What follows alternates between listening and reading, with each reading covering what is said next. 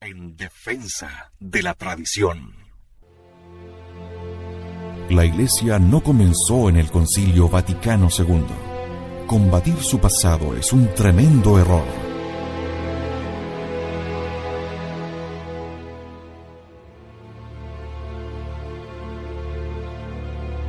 En defensa de la tradición, nos dedicamos a demostrar el terrible daño que ha producido el abandono de la tradición de la Iglesia.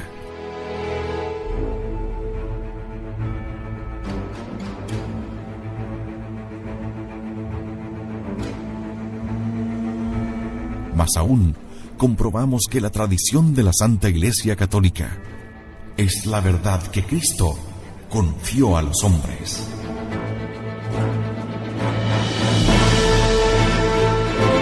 En defensa de la tradición. En Convicción Radio.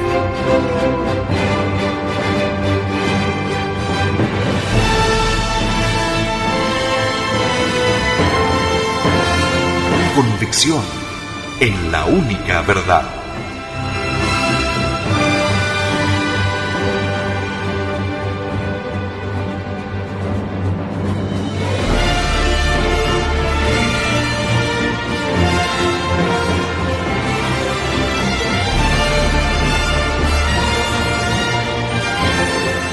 Porque la Santa Iglesia Católica Apostólica Romana es la única iglesia de nuestro Señor Jesucristo.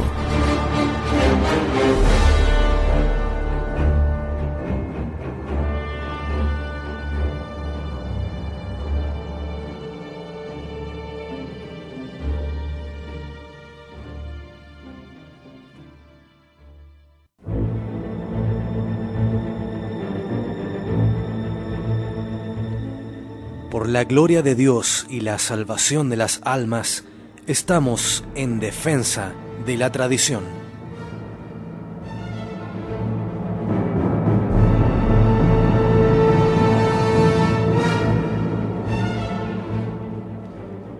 Como es usual en este programa, vamos a realizar los dos bloques. El primero dedicado a Monseñor Marcel Lefebvre, el verdadero defensor de la tradición católica, después del Concilio Vaticano II, y en esta ocasión sus observaciones acerca de la libertad de enseñanza. Y en nuestro segundo bloque comenzaremos a conocer al padre Alfred Loisy, el cabecilla de los modernistas católicos. Vamos entonces en defensa de la tradición.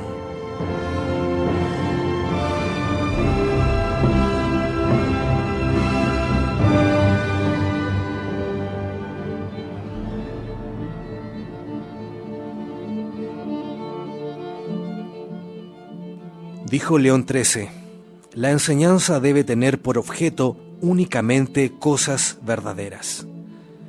Entre las nuevas libertades, la tercera condenada por los papas ha sido la libertad de enseñanza. Escandalizaos entonces, almas ingenuas, que no reconocéis vuestro espíritu liberal, cerebros embebidos de 2 siglos de cultura liberal. Sí, confesad que no salís de vuestro asombro, que ya no se comprende nada. Los papas condenan la libertad de enseñanza.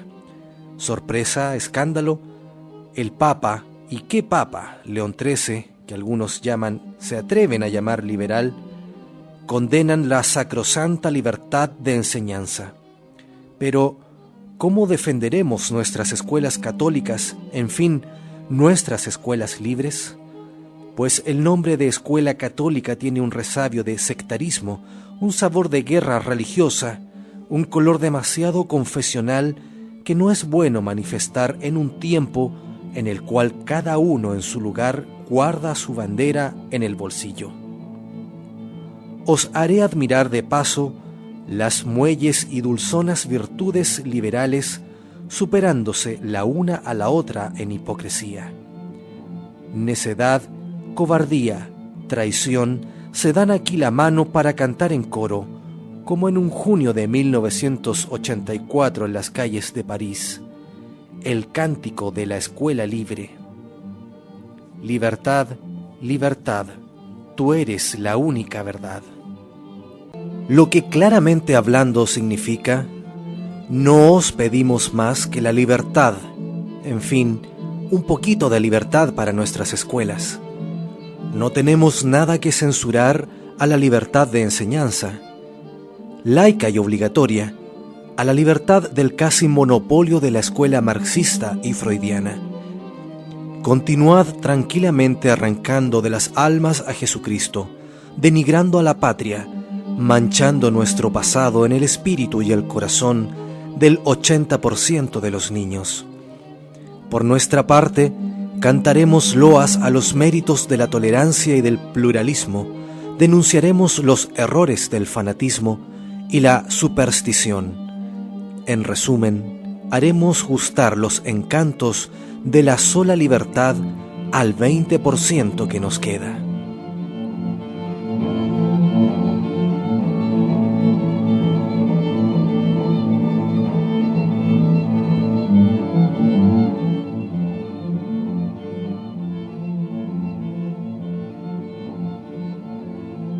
Dejo ahora a los papas el cuidado de mostrarnos la falsedad de esta libertad nueva y la trampa que ella constituye para la defensa verdadera de la enseñanza católica. En primer lugar, veamos su falsedad. León XIII, en su encíclica Libertas, afirmaba, comillas, no de otra manera se ha de juzgar la que llaman libertad de enseñanza. No puede, en efecto, caber duda de que sólo la verdad debe llenar el entendimiento, porque en ella está el bien de las naturalezas inteligentes y su fin y perfección. De modo que la enseñanza no puede ser sino de verdades, tanto para los que ignoran como para los que ya saben, para dirigir a unos al conocimiento de la verdad y conservarlo en los otros. Por esta causa, sin duda, es deber propio de los que enseñan librar de error a los entendimientos y cerrar con seguras defensas el camino que conduce a opiniones engañosas. Por donde se ve cuánto repugna a la razón esta libertad de que tratamos y cómo ha nacido para pervertir radicalmente los entendimientos al pretender serle lícito enseñarlo todo según su capricho. Licencia que nunca puede conceder al público la autoridad del Estado sin infracción de sus deberes. Tanto más cuanto que puede mucho los oyentes la autoridad del maestro, y es rarísimo que pueda el discípulo juzgar por sí mismo si es o no verdad lo que explica el que enseña. Por lo cual es necesario que esta libertad no salga de ciertos términos, si ha de ser honesta, es decir, si no ha de suceder impunemente que la facultad de enseñar se trueque en instrumento de corrupción.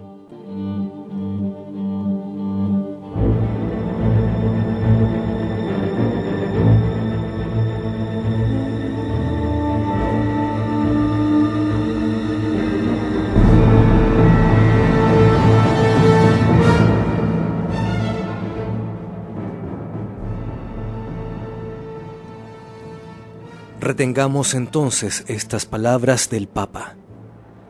El poder civil no puede acordar en las escuelas llamadas públicas la libertad de enseñar Marx y Freud, o lo que es peor, la licencia de enseñar que todas las opiniones y doctrinas valen por igual, que ninguna puede reivindicar la verdad para sí, que todas deben tolerarse mutuamente. Todo lo cual constituye la peor de las corrupciones del espíritu, el relativismo. Consideremos ahora la trampa que significa la libertad de enseñanza. Consiste para el católico en decir al Estado: no os pedimos más que la libertad, en otras palabras, la escuela libre en el Estado libre. O también, dejáis libertad a Marx y a Freud en vuestra escuela laica. Dejad entonces libertad a Jesucristo en nuestras escuelas libres. Esto es una trampa. Es dejar a la libre voluntad del Estado el cuidado de determinar el mínimo tolerable de vuestro proyecto educativo cristiano en una sociedad laica, para allí situaros vosotros mismos dócilmente. Sería un argumento ad hominem, a lo sumo aceptable frente a un régimen brutalmente perseguidor, pero frente a un poder liberal masónico tal como existe en Occidente, especialmente en Francia y en un país en el cual los recursos de la cristiandad no han sido aniquilados, es una cobardía y una traición. Católicos, mostrad valientemente vuestra fuerza, manifestad abiertamente los derechos de Jesucristo sobre los espíritus rescatados por su sangre. Defended valerosamente la libertad plena, y repito, la libertad plena que la Iglesia tiene de enseñar en virtud de su misión divina.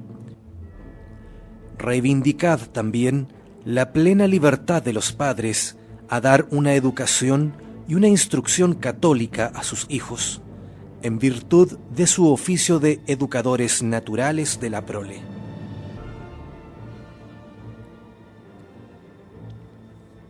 Tal es la enseñanza de Pío XI en su encíclica Divini Ilius del 31 de diciembre de 1929 sobre educación.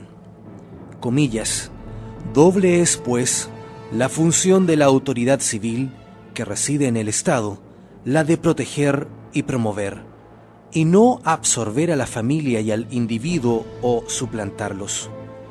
Por lo tanto, en orden a la educación, es derecho, o por mejor decir, deber del Estado, proteger en sus leyes el derecho anterior, que dejamos descrito arriba, de la familia en la educación cristiana de la prole, y de consiguiente respetar el derecho sobrenatural de la Iglesia sobre tal educación cristiana.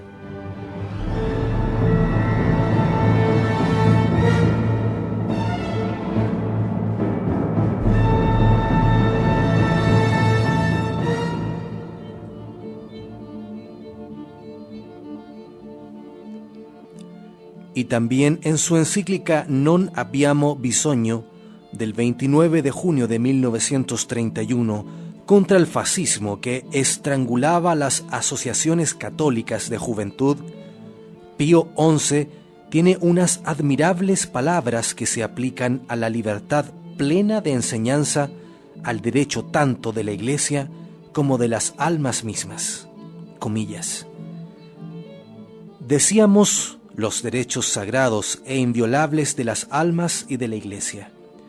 Se trata del derecho que tienen las almas de procurarse el mayor bien espiritual bajo el magisterio y la obra formadora de la Iglesia, divinamente constituida, única mandataria de este magisterio y de esta obra en el orden sobrenatural, fundado por la sangre de Dios Redentor, necesario y obligatorio para todos a fin de participar de la redención divina. Se trata del derecho de las almas así formadas a comunicar los tesoros de la redención a otras almas y a participar bajo este respecto en la actividad del apostolado jerárquico. En consideración a este doble derecho de las almas, decíamos recientemente que nos consideramos felices y orgullosos de combatir el buen combate por la libertad de las conciencias, no como tal vez por inadvertencia nos han hecho decir algunos, por la libertad de conciencia, no por la libertad de conciencia, frase equívoca y frecuentemente utilizada para significar la absoluta independencia de la conciencia, cosa absurda en un alma creada y redimida por Dios. Se trata, por otra parte, del derecho no menos inviolable que tiene la Iglesia de cumplir el divino mandato de su divino fundador, de llevar a las almas, a todas las almas, todos los tesoros de verdad y de bien, doctrinales y prácticos, que Él había traído al mundo. Id y enseñad a todas las naciones, enseñándoles a guardar todo lo que os he confiado.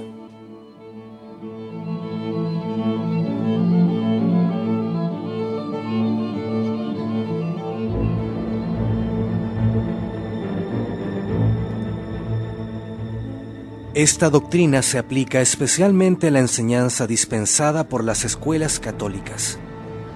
Pienso que comprenderéis, mejor ahora la diferencia, la oposición diametral entre la libertad de enseñanza liberal, por así decir, y la libertad total de enseñanza reivindicada por la Iglesia como uno de sus derechos sagrados. El Estado no es ni educador ni docente. Su oficio es, según el principio de subsidiariedad aplicado por Pío XI en la cita precedente, de promover la fundación de escuelas libres para los padres y para la Iglesia y no sustituirlos. La escuela estatal, el principio de un gran servicio nacional educativo, incluso si no es laico y si el Estado no reivindica el monopolio de la educación, es un principio contrario a la doctrina de la Iglesia.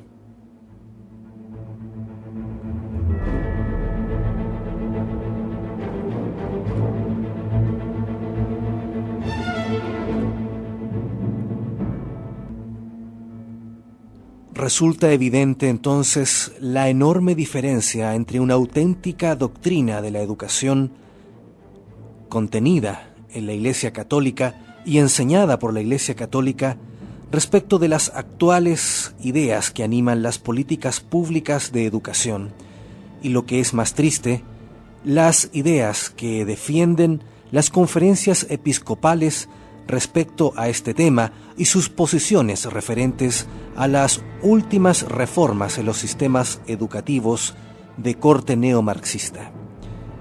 Vamos a una pausa y ya volvemos en defensa de la tradición con el conocimiento del padre Alfred Loisy.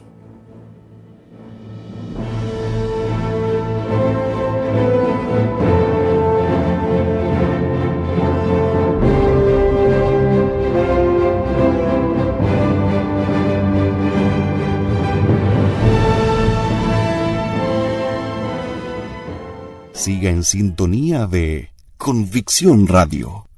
Catolicidad al 100%.